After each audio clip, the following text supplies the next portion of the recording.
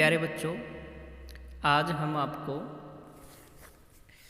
Class 9th में रेखाएं एवं कोण मतलब लाइंस एवं एंगल्स जो आपका चैप्टर नंबर 6 है उसके बारे में पढ़ाएंगे। तो बेटा इसमें सबसे पहले आपको जो लाइंस हैं और जो कोण हैं, जो एंगल हैं, उन सब के बारे में आपको समझना होगा अच्छे से। देखो लाइंस क्या होती है, ये एक जो सीधी लाइन है, सीधी एक जो दिख रही है, इसको हम लाइन कब कहेंगे? जब इसमें दो स्टार्टिंग पॉइंट और एक एंडिंग पॉइंट आपका दिया हुआ हो, तब इसको हम लाइंस कहेंगे। मतलब सॉरी रेखाखंड कहेंगे इसको हम। अदरवाइज ये हमारी, अगर मान लो इसमें हमें सिर्फ एक हमें सीधी रेखा दे दी गई है ऐसे, तो इसको हम सिर्फ लाइन कहेंगे। क्लियर? उसके बाद है कोण। कोण कब होता है? जब दो रेखाएं या दो लाइंस आपस में मिल जाती है तो उनके बीच में बनने वाला जो है ये, उसको कोण कहेंगे। कोई भी रेखा हो, कोई भी किसी कहीं भी बन जाए, जैसे ये मिल गई, कहीं भी मिल जाए किसी भी पॉइंट पे, तो ये जो बनता है उसे हम एंगल कहेंगे, कोण कहेंगे। तो इसमें सबसे पहले हमारा आता है न्यून कोण। क्या होता है? तो बेटा ऐसा कोण जो 90 डिग्री से कम हो, जो 90 डिग्री से कम हो। जैसे मान लो ये एक लाइन होगी, 90 डिग्री का कोण होता है बिल्कुल सीधा बेटा। एक लाइन पर दूसरी रेखा परपेंडिकुलर यानी एकदम लंबवत गिरती है, तो ये जो कोण बनेगा, ये जो कोण है, या ये कहो ये जो कोण है, ये 90 डिग्री का, ये भी 90 डिग्री का है और ये भी 90 डिग्री का है। लेकिन अगर जब एक लाइन पर दूसरी लाइन 90 डिग्री से कम हो, जैसे ये एंगल है, ये मान लो आपका 60 डिग्री है, तो ये जो कोण होगा, ये कोण आपका न्यून कोण होगा। क्लियर? उसके बाद है बेटा समकोण। अभी बताया, जब एक लाइन पर सीधी कोई दूसरी रेखा लंबवत गिरती है यानी बिल्कुल सीधी गिरती है, तो उसे हम समकोण कहेंगे। ये 90 डिग्री का, ये भी 90 डिग्री का, इसे हम समकोण कहेंगे। उसके बाद आता है हमारा अधिक कोण। जब एक लाइन पर बेटा ये तो हो गया हमारा, मान लीजिए आप, ये तो हो गया हमारा 90 डिग्री का।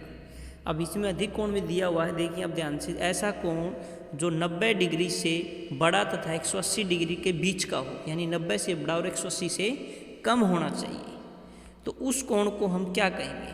ऐसे कोण को हम अधिक कोण कहेंगे। कैसे? मान लो रेखा है और ये कोण आ गया हमारा। अब ये जो कोण है, ये कोण हो गया सीधा 90 डिग्री का, और ये इससे ज़्यादा का हो गया, ये मान लो हमारा हो गया 120 डिग्री का। तो 120 डिग्री का जो कोण है वो हमारा अधिक कोण कहलाएगा। लेकिन ध्यान रहे, ये कोण आपका, ये जो सीधी लाइन है, इस सीधी लाइन पे जो कोण है बेटा, वो 180 डिग्री का होता है। इस 180 डिग्री से कम का होना चाहिए, यानी यहाँ तक, यहाँ से लेके इस लाइन से लेके इस लाइन के बीच का ना हो। आप ऐसे भी कर दोगे तो भी ये जो पूरा कोण बनेगा, मान लो हमारा 170 डिग्री का बनेगा, तो भी ये हमारा अधिक कोण कहलाएगा। उसके बाद है नेक्स्ट हमारा ऋजु कोण। ऋजु कोण जैसे अभी बताया, एक सीधी लाइन होगी, ये कोण 180 का बन गया, तो इस कोण को हम ऋजु कोण कहेंगे।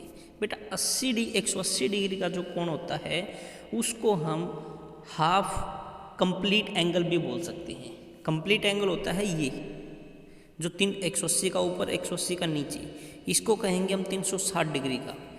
अगर ये पूरा कंप्लीट है तो ये 360 डिग्री का, यानी 360 डिग्री को हम कंप्लीट एंगल बोल सकते हैं। जैसे इसमें नीचे दिया गया है संपूर्ण कोण बोल सकते हैं।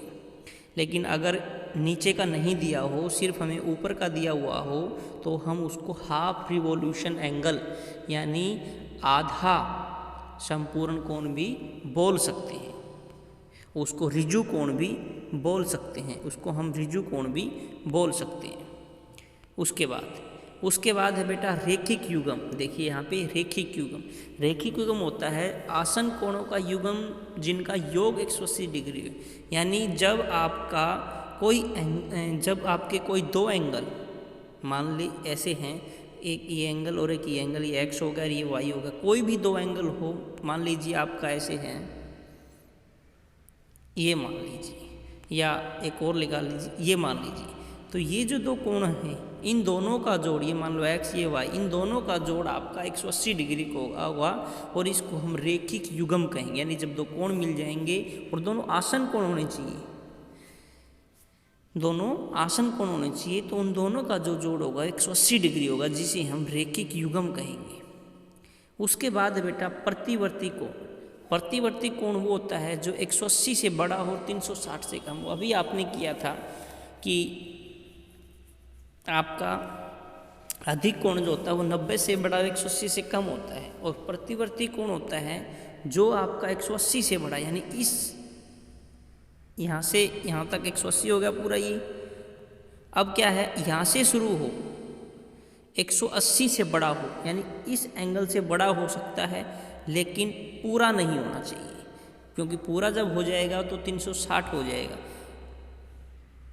ये मान लीजिए 90 का, ये 90 का, ये 90 का, 4 हो गया। अब आपका जो कोण होगा वो यहाँ से शुरू होकर यहाँ तक आ सकता है, 270 हो जाएगा यहाँ तक, लेकिन 300 यहाँ तक हो सकता है, लेकिन 360 से कम होना चाहिए। वो इस लाइन से कम होना चाहिए, इस लाइन पर नहीं मिलना चाहिए। वो यहाँ तक भी होगा तब भी माना जाएगा आपका, लेकिन इस लाइन तक नहीं होना चाहिए आपका।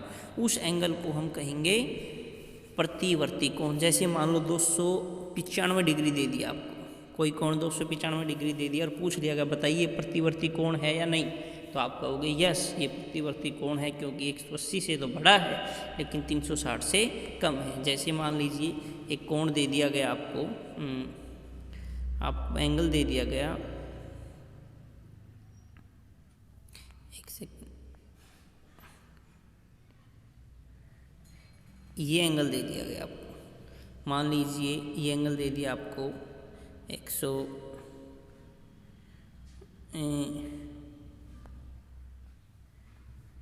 मान लीजिए 220 डिग्री का आपको एंगल दे दिया गया। अब पूछ लिया गया इसका प्रतिवर्ती कोण बताइए, तो आप क्या करोगे, इसको 360 माइनस 220 कर दोगे, हमारा कितना आ जाएगा 140 डिग्री जो होगा वो इस कोण का प्रतिवर्ती कोण होगा। उसके बाद है बेटा पूरक कोण। पूरक कोण बिल्कुल इजी है। पूरक कोण जब दो कोण जिनका जोड़ 90 हो, कोई भी दो हो, मान लो एक 45 हो गया तो दूसरा भी 45 होगा, एक मान लो 80 हो गया तो दूसरा आपका 10 होगा, कोई भी हो सिर्फ उनका जोड़ 90 होना चाहिए। उसके बाद है समपूरक।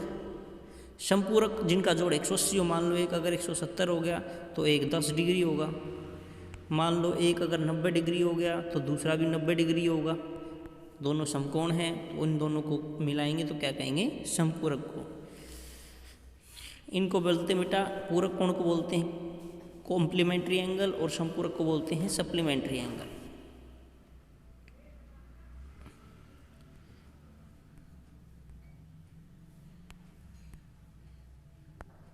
उसके बाद है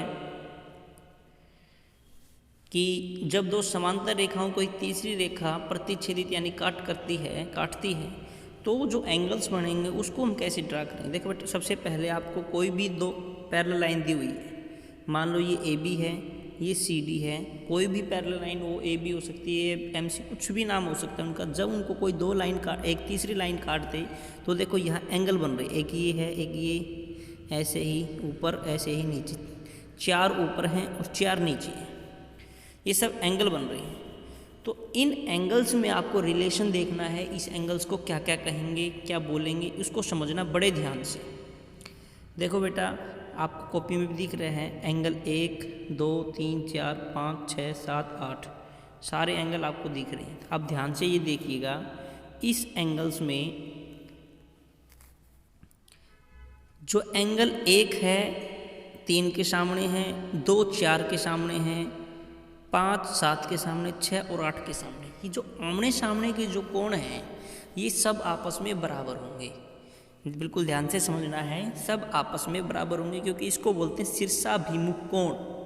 बिल्कुल आमने सामने का कोण है, इसलिए इनको बोलते हैं शीर्षाभिमुख कोण, बराबर होंगे। उसके बाद जो कोण आपका 1 2 या 3 4 5 6 7 8, ये जो दोनों कोण हैं, देखो ध्यान से, अभी बताया था हमने 180 डिग्री का रेखिक युग्म बताया था आपको। अगर किसी लाइन पर ये जो कोण है ऐसे करके ये x माना था, ये y माना था, इन दोनों का जोड़ 180 बताया था x प्लस वाई करके। तो ऐसे ही 1 जमा 2, ऐसे ही 3 जमा 4, 6 और 5, 7 और 8, ये सभी 180 के बराबर होंगे क्योंकि रेखिक युग्म है। ऐसे ही इस लाइन के इधर देखो 2, 3, 6, 7, 1, 4, 5, 8, ये भी 180 के बराबर होंगी क्योंकि अगर ऐसे मिलाएंगे तो देखो 1 और 4 180 बन गया, 5 और 8 ये भी 180 बन गया, 2 और 3 ये भी 180, 6 और 7 ये भी 180 बन गया क्योंकि ये सभी रेखिक युग्म होंगे। बेटा यहाँ तक क्लियर है। उसके बाद देखिएगा ऊपर वाले जो कोण है इसको ध्यान से देखिए,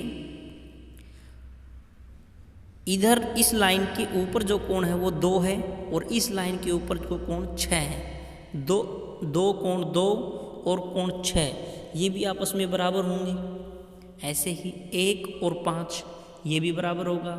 लाइन के नीचे 3, इस लाइन के नीचे 7 ये भी आपस में बराबर होगा। 4 और कोण 8 ये भी आपस में बराबर होगा। क्यों होंगे? क्योंकि इन कोणों को संगत कोण कहा जाता है। इन कोणों को संगत कोण कहा जाता है और ये कोण आपस में बराबर होते हैं। यहाँ तक। उसके बाद देखिएगा बेटा इस लाइन के ऊपर देखो ये कोण है 2 और इस लाइन के ये बाहर हो गया तो इस लाइन के नीचे का बाहर हो गया 8। कोण 2 और कोण 8 बराबर होंगे। ऐसे ही कोण 1 और कोण 7 बराबर होंगे क्योंकि इन्हें कहेंगे एकांतर बाह्य कोण। एकांतर बाह्य कोण इसलिए बराबर होंगे। दूसरा, अब इस लाइन में देखिए इस लाइन के अंदर 3 है और इस लाइन के अंदर 5 है। अपोजिट होना बेटा, ये अंदर इधर का तो इस साइड का ये भी बराबर होंगे। ऐसे ही 4 और 6 ये भी बराबर होंगे। इन्हें कहेंगे एकांतर अंतःकोण। एकांतर अंतःकोण इसलिए बराबर होंगे। ये आपको याद रखना है कि 3 और 5 में क्या रिलेशन है, 4 में 5 में क्या रिलेशन है, क्या कहेंगे। ऐसे ही जो कोण 3 है, कोण 6 है, इन दोनों का जोड़ भी 180 होगा। 4 का और 5 का इनका भी 180 होगा। क्यों होगा? क्योंकि जब तीसरी रेखा, ये जो तीसरी रेखा इसके एक ही साइड के कोण है। जैसे 2 और 3 था, ऐसे ही 3 और 6, जैसे 6 और 7 था, ऐसे ही 5 और 8 था, ऐसे ही आपका 4 और 5 हो जाएगा। ये सब जोड़ इनका 180 जोड़ होगा क्योंकि तीसरी रेखा के एक ही ओर के जो कोण होते हैं वो संपूरक कोण कहलाते हैं। ये सब चीज़ें इसमें लिखी हुई हैं, नोट की गई है, आप समझ सकते हैं अच्छे से। उसके बाद हम एक सवाल ट्राई करते हैं। क्वेश्चन है हमारा एक, देखो ध्यान से। इसमें सवाल हमारा क्या दिया है, ए बी लाइन और सी डी लाइन आपस में पैरेलल हैं और ये जो तीसरी लाइन है ई एफ इसको कट किया गया है। अब इसमें आपको ये देखना है कि हमें x और y की वैल्यू निकालनी है कि x हमारा ये है और y हमारा क्या। अब देखो ये 50 डिग्री है तो इसके सामने का यानी AME ये भी 50 डिग्री हो जाएगा, बिल्कुल राइट है। ठीक है, अब हमें y की वैल्यू निकालनी है। y जमा में 50 ये कितने डिग्री का हो जाएगा? 180 डिग्री का हो जाएगा क्योंकि ये एक रेखिक युग्म बना रहा है। तो रेखिक युग्म बना रहा है तो y जमा 50 बराबर 180 और इधर y का मान क्या आ जाएगा, उधर जाएगा तो माइनस का 130 यानी y बराबर 130 आंसर आ जाएगा। अब ये आ गया 130। अब ध्यान से देखो y 130 है तो इसके सामने का ये कोण भी 130 हो गया यानी ये कोण हमारा 130 डिग्री हो गया। अब ये 50 है तो ये भी 50 हो गया और 50 जमा 30 180 होगा, बिल्कुल राइट है। अब x इस लाइन के ऊपर का है, इस लाइन के ऊपर का और इस लाइन के ऊपर का ये कोण इसके बराबर होगा। अभी बताया था क्यों बराबर होगा, क्योंकि ये आपके संगत कोण कहलाएंगे। संगत कोण क्या होते हैं? बराबर। तो इसलिए x का मान भी क्या आ जाएगा? 50 आ जाएगा। x का मान कितना आ जाएगा? 50 आ जाएगा। अब आपको ये जो क्वेश्चन दिए गए हैं, ये जब जितने क्वेश्चन हैं इसमें ये सब आपको ट्राई करने हैं अपने घर पे। ध्यान से देखिएगा, नोट कीजिए। ये सब क्वेश्चन आपको अपने घर पे ट्राई करने हैं। धन्यवाद।